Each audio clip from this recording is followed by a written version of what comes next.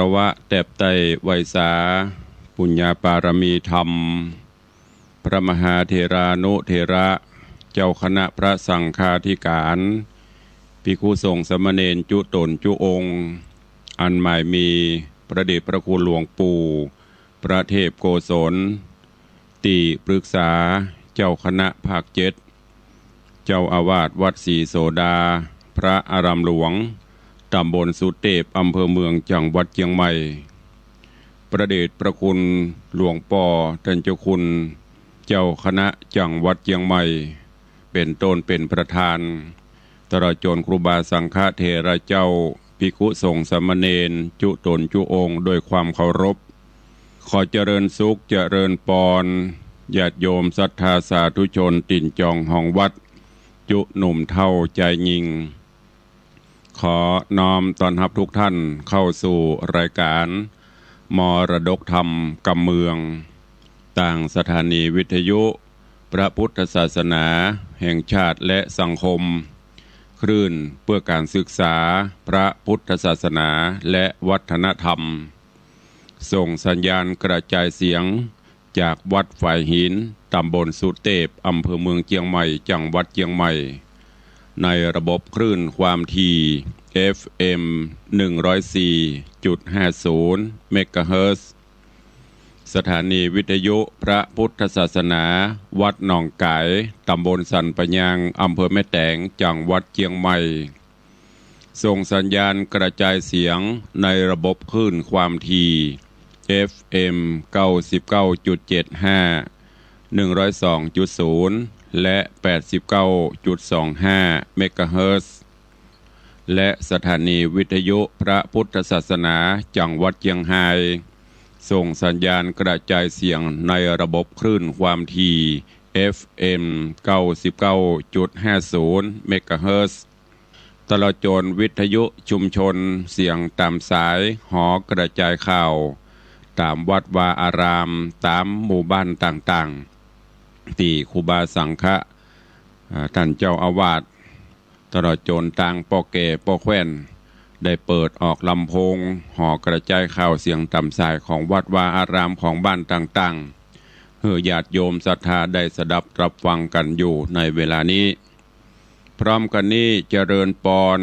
ญาติโยมที่ได้ติดตามต่างเฟซบุ๊กเฟซไลฟ์ต่างเว็บไซต์ต่างๆบ่ว่าจะเป็นเฟซบุ๊กของวัดวังสิงห์คำเฟซบุ๊กของ104ธรรมะคลายเครียดเฟซบุ๊กวัดไฟหินเฟซบุ๊กของตันตุเจ้าบ้านนอกทิตะสิโป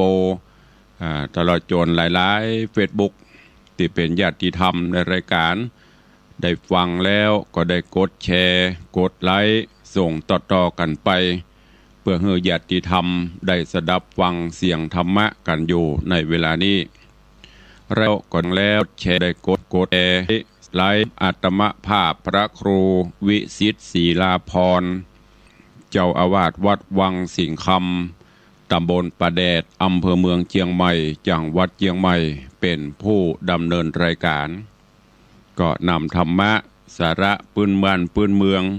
ทำข้าวมาเทศนาฮือท่านทั้งหลายได้รับฟังกันเป็นประจำถึงวันตั้งแต่เวลา6 โมงถึง7 โมงเช้าโดยประมาณยกเว้นพี่น้องที่ฟังสัญญาณจากดอยม่อนจำปีวัดพระแก้วจังหวัดเชียงรายก็ฟังกันเมื่อค่ำยามคืนต้องกราบขอบพระคุณในเมตตาปรมีของท่านผู้อำนวยการทุกสถานีเจ้าหน้าที่ช่างเทคนิคผู้ควบคุมการกระจายเสียงทุกท่านทุกสถานีตัวเองและขอบคุณเจ้าของ Facebook ทุกท่านที่ได้กดแชร์กดไลค์กันปากันวันนี้เป็นวันพระเป็นวันศีลการเวลาวันเวลาล่วงเลยผ่านพ้นโดยความรวดเร็วว่องไวจากวินาทีเป็นนาทีเป็นชั่วโมงเป็นวันเป็นเดือนคลาดเคลื่อนไปโดยบนิ่งบอยู่ได้บรอไผวันเวลาผ่านพ้นบ่ได้รอไผสักคนไม่ใช่ว่ารอคนนั้นรอคนนี้ไม่มีวันคำว่ารอไปของเปิ้นเรื่อยๆเพราะฉะนั้นเฮาท่านทั้งหลายจะต้องตวยตามการเวลาฮือตันตื่นเจ้ามาก็ คิดพิจารณาตลอดจนตรวจตราตรวจสอบในรอบวันที่ผ่านมามีอันอย่างอันใดที่มันขาดตกบกพร่องก็เสริมเติมให้มันดีขึ้นอันไหนที่มันดีแล้วก็เสริมเพิ่มเติมดีขึ้นไปเรื่อยๆวันนี้เป็นวันพระวันศีลทางรายการที่ได้จัดมาโดยตลอดเมื่อวันพระวันศีลมาถึงก่อนที่จะได้ฟังน้ำฟังธรรมก็จะได้เชิญชวนสาธุชนญาติโยมทั้งหลายเข้าเฝ้าองค์พระผู้มีพระภาคเจ้าโดยการไหว้พระสมาทานศีลและฟังพระธรรมเทศนาเป็นลำดับไปโอกาสบัดนี้ใครที่ได้เตรียมขันหรือว่าพานดอกไม้ธูปเทียนไว้ก็จัดเตรียมเพื่อเรียบร้อยแล้วก็ดังที่ได้บอกมาโดยตลอดว่าวันพระวันศีลถ้าเป็นไปได้เชิญชวนพุทธศาสนิกชนทุกท่านได้นุ่งขาวห่มขาวอันเป็นสีของความบริสุทธิ์ผุดผ่องและพอให้เป็นระเบียบเรียบร้อยที่สำคัญก็เป็นการประกาศให้เจ้าโลกได้ฮู้ได้ทราบว่าเฮาเป็นพุทธศาสนิกชนทุกวันพระทุกวันศีลบอกว่าจะเป็นศีลน้อยศีลใหญ่ถ้าเป็นไปได้อีป่ออีแม่ญาติโยมศรัทธาลูกหลานตันเต้าเยาวชนคนดีใส่ชุดขาวนุ่งขาวห่มขาวก็จะได้เป็นระเบียบเรียบร้อยดูแล้วสวยสดงดงามก้อยๆฝึกกันไปเมินไปมันก็จะชินแล้วก็จะทำให้รู้ว่าโอ้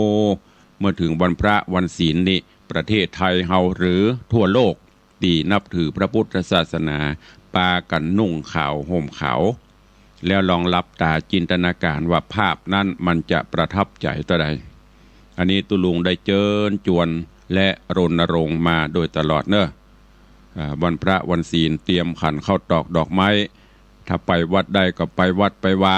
ไปใส่ขันข้าวตอกดอกไม้ส่งสาเข้าสาบาตรทำบุญตักบาตรประพฤติวัดปฏิบัติธรรมไปบ่ได้ก็อยู่บ้านอยู่จองนบไหวสาเอาเนอะโอกาสบัดนี้เชิญทุกท่านเข้าเฝ้าพระผู้มีพระภาคเจ้าพร้อมกันณโอกาสบัดนี้อิมินาสการเรนะพุทธังอภิปูชยามะอิมินาสการเรนะธัมมังอภิปูชยามะอิมินาสการเรนะสังฆังอภิปูชยามะอะระหังสัมมาสัมพุทโธภควาพุทธังภควันตังอภิวาเทมิสวากขาโตภควตาธัมโมธัมมังนะมัสสามิสุปฏิปันโนภควโตสาวกสังโฆสังฆังนะมามิหันธรรมยังพุทธัสสะภควโตบุพพาคณมกาลังกะโรมะเสมนะโมตัสสะภะคะวะโตอะระหะโตสัมมาสัมพุทธัสสะนะโมตัสสะภะคะวะโตอะระหะโตสัมมาสัมพุทธัสสะนะโมตัสสะภะคะวะโตอะระหะโตสัมมาสัมพุทธัสสะอิติปิโสภะคะวะอะระหังสัมมาสัมพุทโธวิชชาจรณะสัมปันโนสุขโตโลกวิทูอนุตตโรปุริสะธัมมัสสารถิสัทธาเทวมนุษย์สานังพุทโธภควาติสวากขาโตภควตาธัมโมสันทิฏฐิโก อากาลิโกเอหิปัสสิโกโอปนะยิโกปัจจตังเวทิตาโปวินยูหิติสุปฏิปันโนภควโตสาวกสังโฆอุชุปฏิปันโนภควโตสาวกสังโฆยายะปฏิปันโนภควโตสาวกสังโฆสามีจิปฏิปันโนภควโตสาวกสังโฆยะทิทางจัตตาริปุริสายุคานิอัฏฐาปุริสาปุคลาเอสะภควโตสาวกสังโฆอาหุนยโยปาหุนยโยทักขินยโยอัญชลีกาลนิโยอนุตตรังปุญญเขตังโลกัสสาติได้ไหวพระนบธรรมจุ่มอกเย็นใจแล้วตอนนี้ไปตั้งอกตั้งใจสมาทานหับศีลเนอมะยังพันเตติสาลาเนนะสังหาปัญจสีนิยจามาตุติยัมปีมะยังพันเตติสาลาเนนะสังหาปัญจลานิยจามาตติยัมปีมะยังพันเตติสาลาเนนะสังหาศีลานิยจามานะโมตัสสะภะคะวะโตอะระหะโตสัมมาสัมพุทธัสสะนะโมตัสสะภะคะวะโตอะระหะโตสัมมาสัมพุทธัสสะนะโมตัสสะภะคะวะโตอะระหะโตสัมมาสัมพุทธัสสะนะโมตัสสะภะคะวะโตอะระหะโตสัมมาสัมพุทธัสสะนะโมตัสสะภะคะวะโตอะระหะโตสัมมาสัมพุทธัสสะนะโมตัสสะภะคะวะโตอะระหะโตสัมมาสัมพุทธัสสะพุทธังสรณังคัจฉามิพุทธังสรณังคัจฉามิธัมมังสรณังคัจฉามิธัมมังสรณังคัจฉามิสังฆังสรณังคัจฉามิสังฆังสรณังคัจฉามิตุติยัมปิพุทธังสรณังคัจฉามิตุติยัมปิพุทธังสรณังคัจฉามิตุติยัมปิธัมมังสรณังคัจฉามิตุติยัมปิธัมมังสรณังคัจฉามิตุติยัมปิสังฆังสรณังคัจฉามิตุติยัมปิสังฆังสรณังคัจฉามิตติยัมปิพุทธังสรณังคัจฉามิตติยัมปิพุทธังสรณังคัจฉามิตติยัมปิธัมมังสรณังคัจฉามิต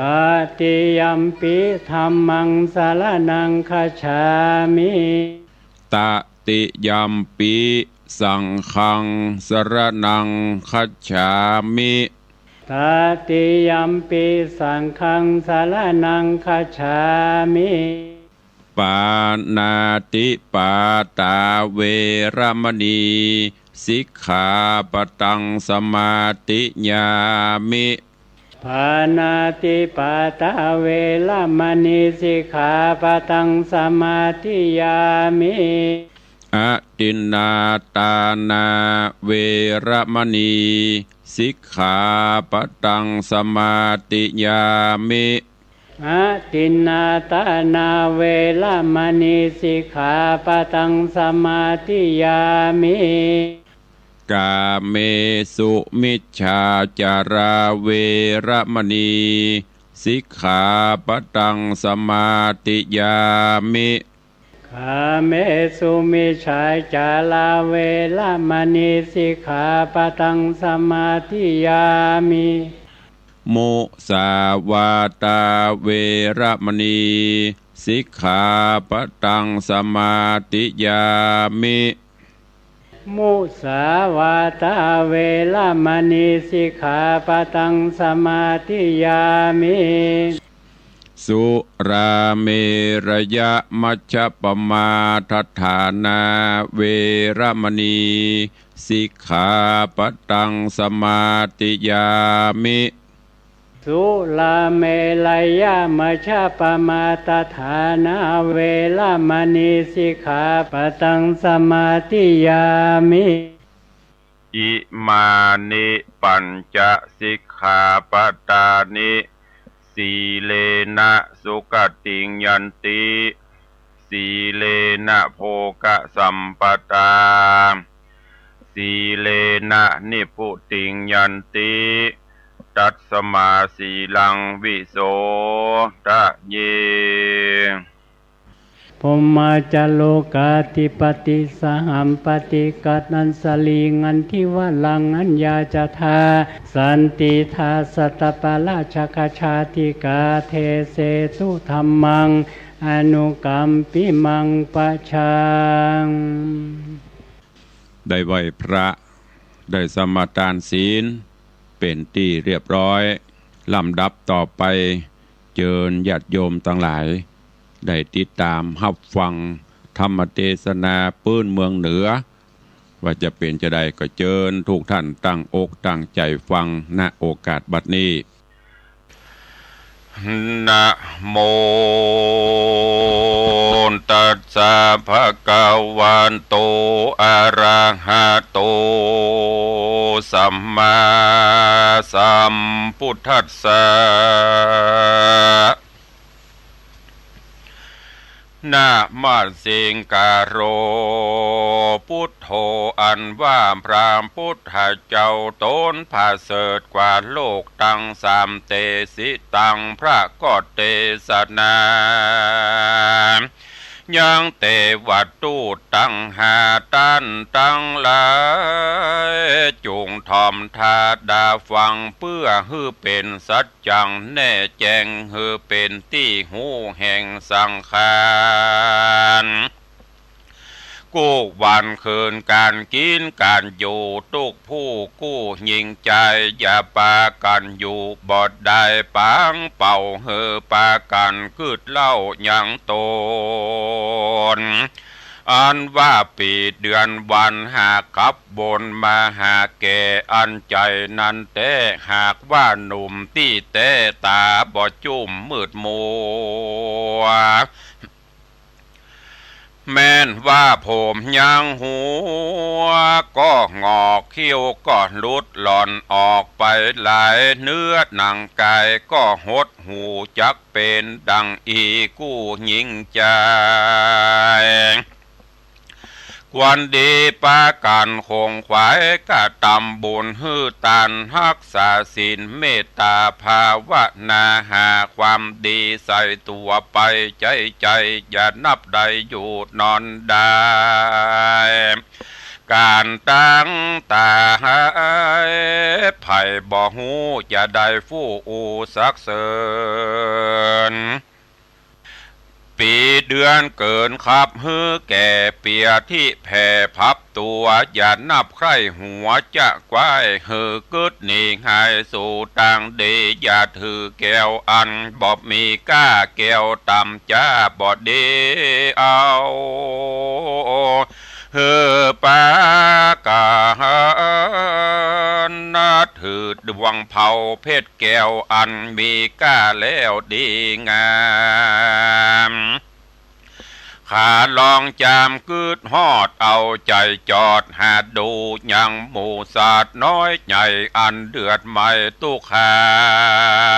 มเพราะจาติฮือเกิดมีเป็นมาจะราเบียดเบียนฮือเท่าเปียที่เข้าสู่เต็มตนมอลันดามาจนฮือตายจากจุผู้กองหากเหมือนกันเสียงคนนั้นสะเศร้าตั้งเสียงสัตว์ออกล่าหากินดังสัตว์บินบนและเตี้ยวย่างไผ่บ่อาจอยู่ข้างเดานานกันมัจจุมันมาฮอดก่อนจางตายละต้อตนตัวละเครื่องขัวขว้างไว้ฝูงหมู่ญาติให้วิงวอนโซนสารจรลำบากเหือบางเกิดทุกข์ยากนักหนาดังพระสัทธาเป็นเจ้าหากโกดเงื่อนเก้าเตสนาเป็นวาระกถาว่าดังนี้อาหัมปิโคมหิจาติธรรมโมจาติอนาติโตอาหัมปิโคมหิจาราติธรรมโมจาราอนาติโตอาหัมปิโคมหิปัญญาติธรรมโมพญาธิอนาตินโตอาหัมปิโคมหิมรณะธรรมโมมรณะอนาติโตอาหัมปิโคมหิทุกขะธรรมโมทุกขะอนาตินโตหันตะยังกันละญาดังกะโรมิกาเยนะวาจามานาสาญะมาลานานสติดังเนอาหัมปิแม่นบาตัวแห่งเฮาและตัวแห่งต้านต่างหลายจาติธรรมโมมีสภาวะอันเกิดมาก่อมเป็นทุกขาเมื่อยามน้อยเป็นทุกขาคอยเมื่อเป็นเด็กแดงฝูงมดแมงมาต้อมไตก็บ่จ้างไล่และขับเนมาเป็นตุกขีบ่จ้างปากเป็นตุกยากเมื่อยามการตุกเนานานฮอดย่างตุกเสพสั่งหากินเป็นตุกเมาเวนภาพแผ่ยามเมื่อพ่อแม่ปัดพรากมาเป็นทุกข์ลำบากด้วยกรรมด่าทุกข์โดยกรรมว่าบุบตีอันเปิ้นมาค่ำคาราเวอยู่ใจใจอานาติโตก็บ่มีที่จักพ้นไปใดก็เพราะจาติธรรมโมนั้นไซฮือเกิดเป็นมาจริงใดมาเป็นทุกข์ขาดลำบากนั่นแหละอาหัมปิโขแม่นบาตัวแห่งเฮาก็เป็นดังนี้แต่จะแลอาหัมปิโคแม่นตัวแห่งเฮาและต้านจลาติธรรมโมมีสภาวะอันเกิดแล้วก็ฮือเท่าค่ำจันลามีหน้าตาอันหิวซ้ำหนังก็มาญาณตาก็มาฟังมัวมืดลมขึ้นจืดสันหลังจีนบางสั่งก็โหดหูยามเมื่อปากฟู่ก็บ่ปุ่นดีฟังมือก็มาถือไม้เต้าเนี่ยมาย่างกลมเก่าหลังโกสังมาเป็นตุกโคเมื่อยามแก่เท้าจากลูกนั่งก็เต้าสวยใสตุกขังมาบ่หายเหือดแห้งมาเป็นตุกแต่งต่างทาม อานาติโตโหบ่มีเวลาอันจะข้ามล่วงพ้นไปได้จราติธรรมโมมีสภาวะอันเกิดมาแล้วก็เท่าจรานั้นก็มีจริงแล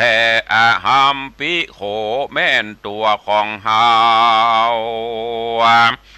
และตัวของท่านตั้งหลายพญาธิธรรมโมมีสภาวะอันเกิดมาแล้วก็เป็นพญาธิจนะบุตรที่มี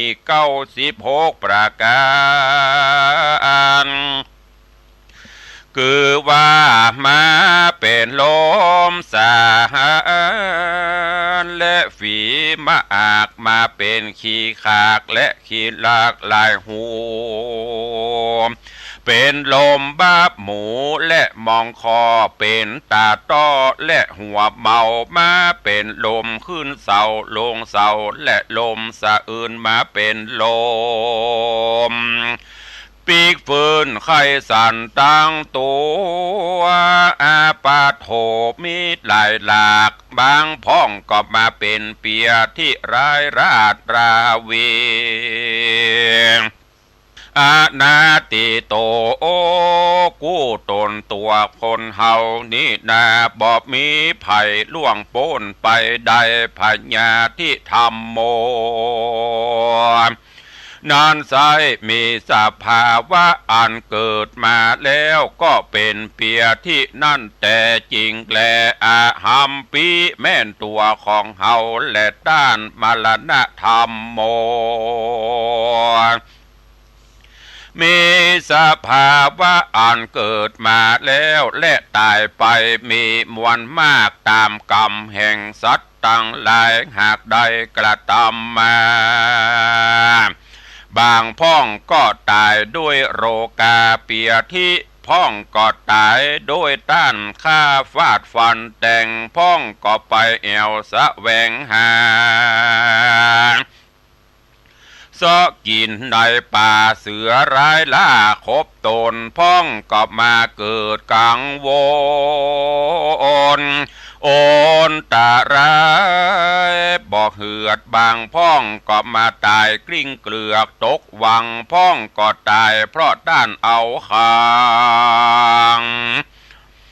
ใส่คอกไว้ออกมาบอดใดลวดเลยตายพ้องก็ตายที่หิมตังและในป่าตายที่ยอมยาและจอมปลวกดอยดินแห่งกาลงกินยะยาบตามกรรมวิบากแห่งภัยมันอันตนได้กระทำมาในชาติก่อนย่อมได้ติดทำตัวตามตนอนาติโตบ่มีอันจากล่วงโพ้นไปได้แลมรณะธรรมโมมีสภาวะอันเกิดมาแล้วก็ตายไปนั้นแต่จริงแลอาหัมปีแม่นตัวแห่งเราและตัวแห่งต้านทุกโคทุกโคธรรมโมก็จักมีสภาวะอันเป็นทุกยิ่งทุกค่อนขิงหลายสารเมื่ออยู่เป็นคนก็ทุกหลายอย่างหลายต่างมีต่างๆนานากันว่าตายไกลกามวยบางลางเตื้อก็ได้เกิดเป็นสัตว์บางเตื้อกำจัดหือตกต่ำไตไฟนรกไม่เหิงนานล้างเตื้อก็ได้เป็นคนตุกพลานและได้เกิดในกำเนิดเป็นเพศเพราะเหตุว่ามีจิตให้ยามเมื่อจักตายดับคานตุกมาตันเมื่อเสียงเขตจริงกลายเป็ดไปเกิดเป็นเพศและผีได้ตกอเวจีแล้วมาเกิดในกำเนิดเป็นเพศหลอกและได้เกิดมา เป็นสัตว์วิบากมากำจัดและแต่งบ่ฮือหูดีแห่งต่างงามบางพ้องบุญกรรมติดตามโดยไตก็ได้ไปเกิดเป็นสุขลำเลิศในที่ประเสริฐเป็นอินพรหมได้เป็นเทวบุตรเทวดาโตโอโหนวิเศษเพราะเหตุว่าอำนาจบุญกรรมเขตที่ใดกระทำมา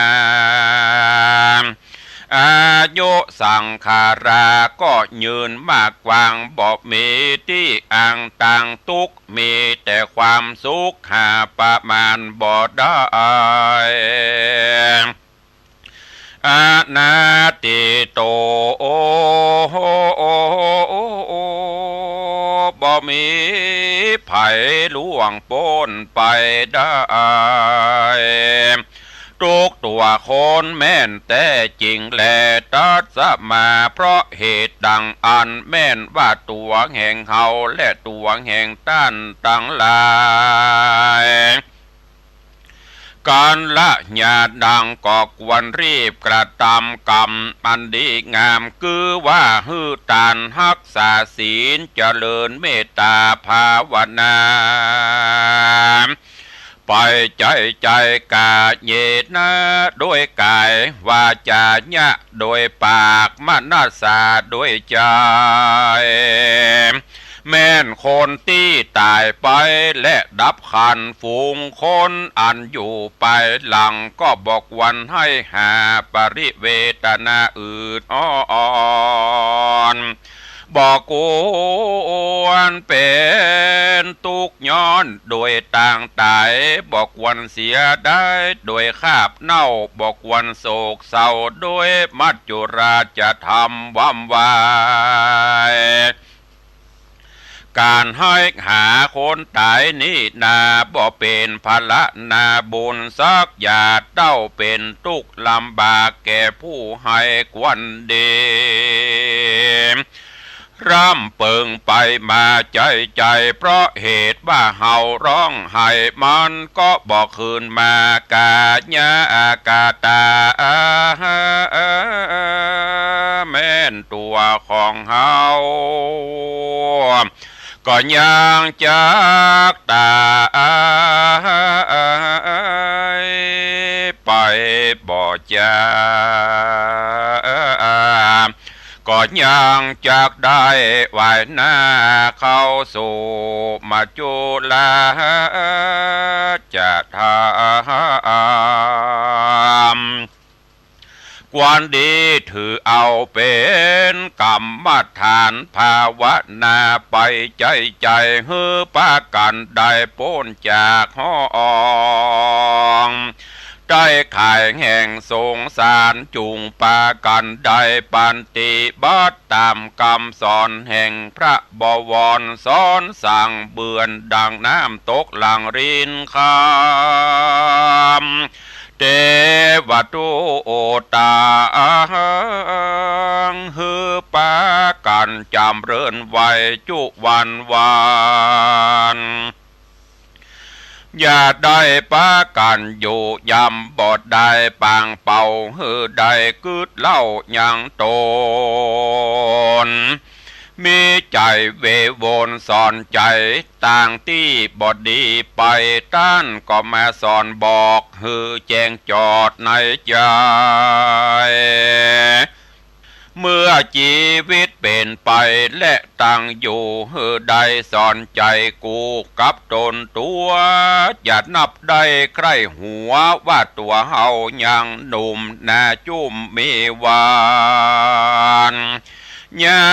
มมัจจุราชมาตานเมื่อหนุ่มบาปเข้าซุ่มยามตายจักบ่สบายเพราะวิบากอันมาจักลากนำไปอย่าได้เกิดใจว่าตัวเฮายังหนุ่มเมื่อยามเท่าก้อยกระก้อยกระ ทำบุญร้อนว่าความตายมาสูญเมื่ออายุหนุ่มนั้นก็จักมรณะไปบ่มีอันใดจักเอาไปตัวใดมีแต่บุญกับบาปกรรมที่เฮาได้กระทำไว้ย่อมติดตามไปแลนะ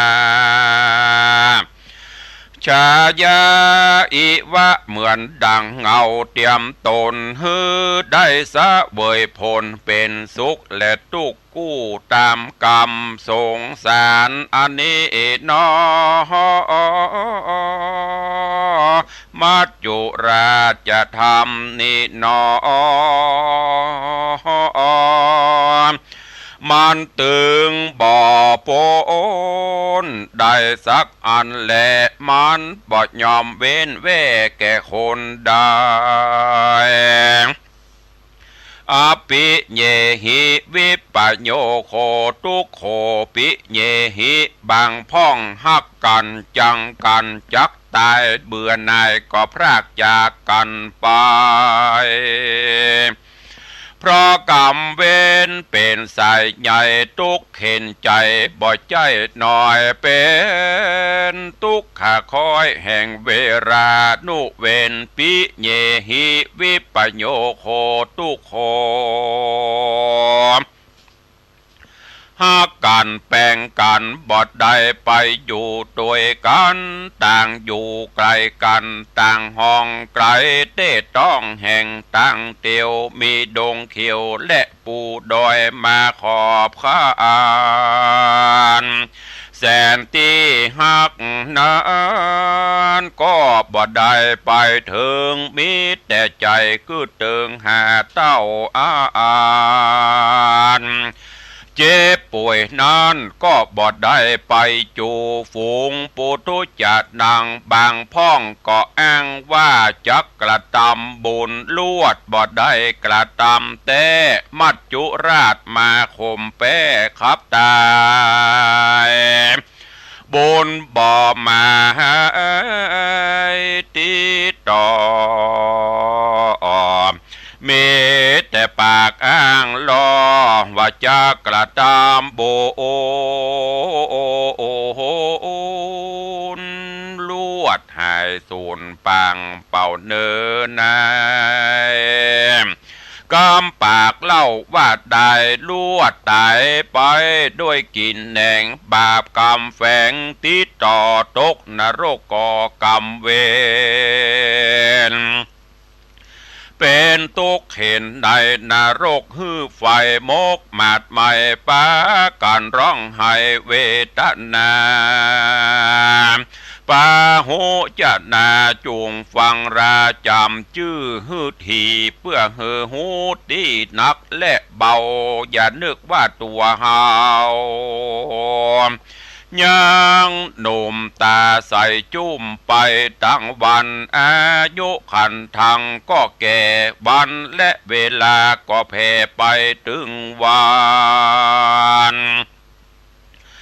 ปีเดือนวันปั่นหือเท่าแก่บ่เว้นแว่แก่คนใดสักคนปุถุชนเฮาทุกหมู่จุผู้กู้ยิ่งใจ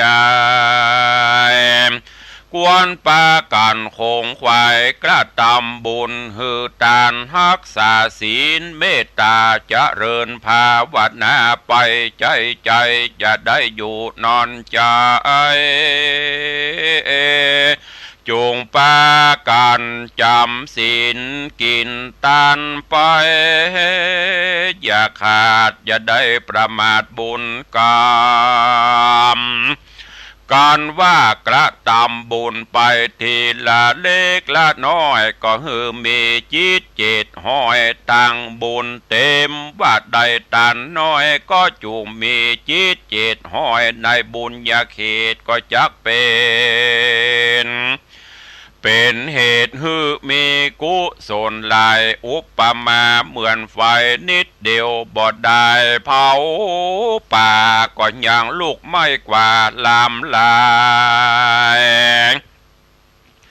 อย่ากระทำบาปหมายผิดแผกตัวเฮาจักได้เบาบาปตายโดยอุปมาเหมือนคนขี้โคยมาป้ออย่าได้ก่อบาปแม้แต่นิดเดียวมันจากโลกเป็นเปรตทางโลกไม่หลังลายลายปากันได้ตั้งจิตใจหมายติดต่อฮือมันก่อการกุศลช่วยกันหนุนติดต่อฮือได้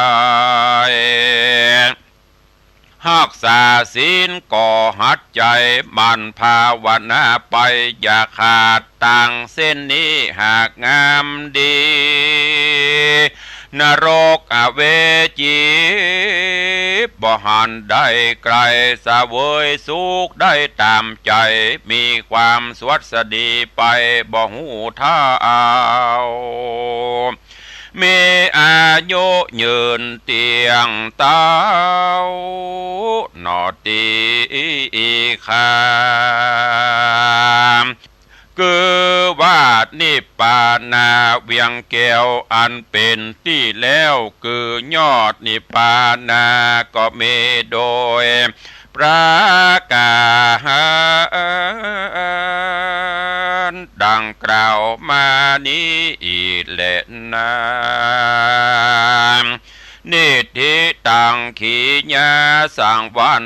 นาอันกล่าวเทศนายังเทวทูตตั้งหาก็บังโกมสมเรศเดชญาติโยมศรัทธานาบุญตันสาธุชนทั้งหลาย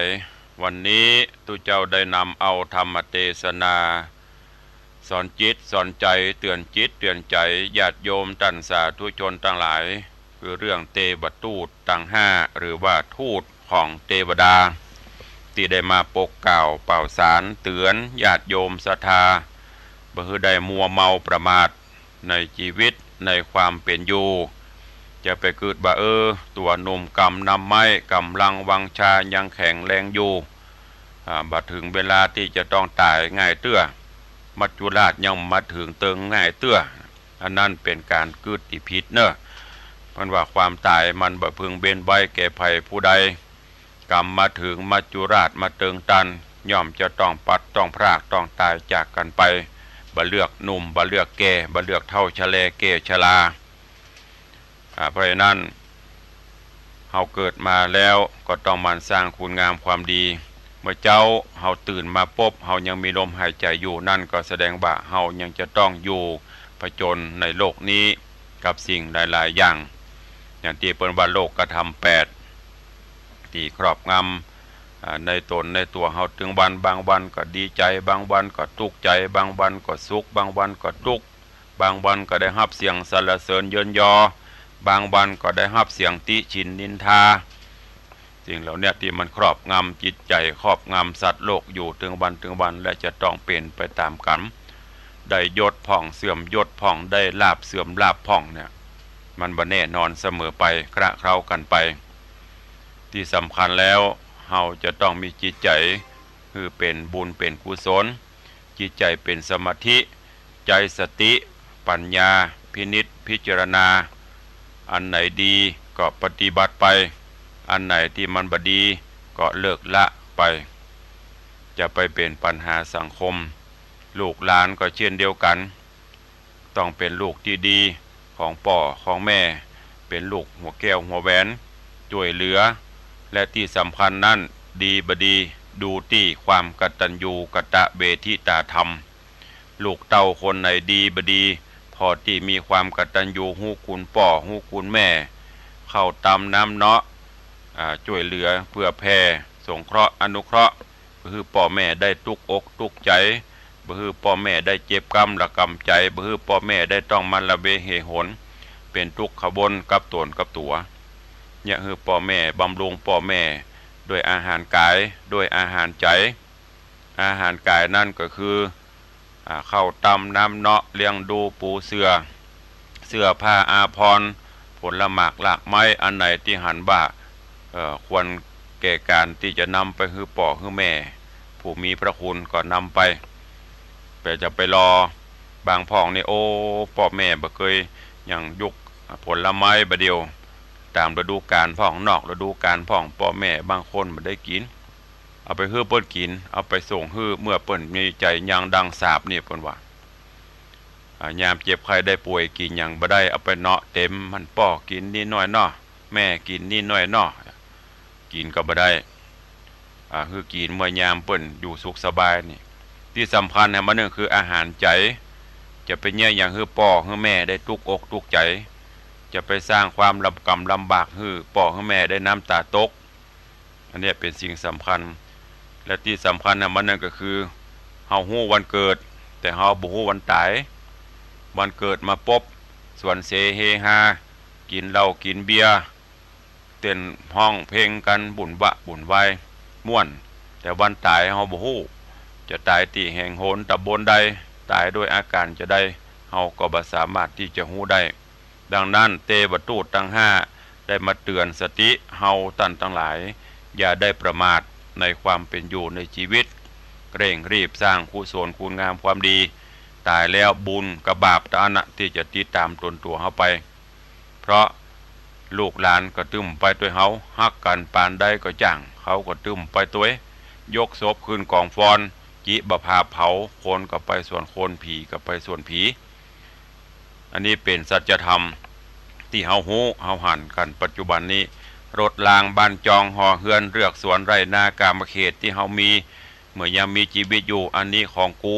อันยังก็ของกูของข้าตายแล้วไม่ได้เป็นของกูของข้าซักอย่าง